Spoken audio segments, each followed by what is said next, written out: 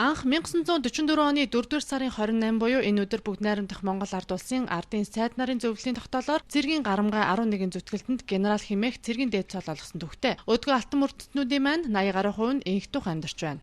1955 оны цэрэг Батлан хамгаалахын өмнө албаа хаасан.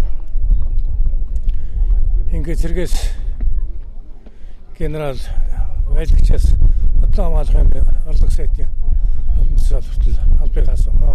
Генерал цол бол өөрөө дэлхийн нийтийн цол.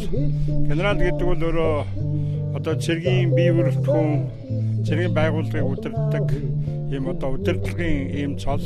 Энэ цолыг бол одоо албаасан хугацаа, төгссөн сургууль боловсрол, эзэмшсэн дадлаг мэргэжлээр ингэж авдаг ийм цол. Анх генерал цолыг Франц улсад 16 дугаар зуунаас хэрэглэж ирсэн бол Орос улсад 1657 онд 1-р Петр хаан аримдаа хэрэглэж ирсэн төвхтэй. Монгол улсын хувьд цэргийн дээд цол, хошууч генерал, дэслэгч генерал, хурандаа генерал гэсэн цолыг өргөн хэрэглэж ирсэн. Харин 2006 онд хуулинд өөрчлөлт орсноор НАТОгийн гишүүн орнуудын жишгээр бригадын генерал, хошууч генерал, дэслэгч генерал цолыг олгож эхэлжээ. За би зөвчтөвчөнд нийтдээ 42 жил ажиллаж байна.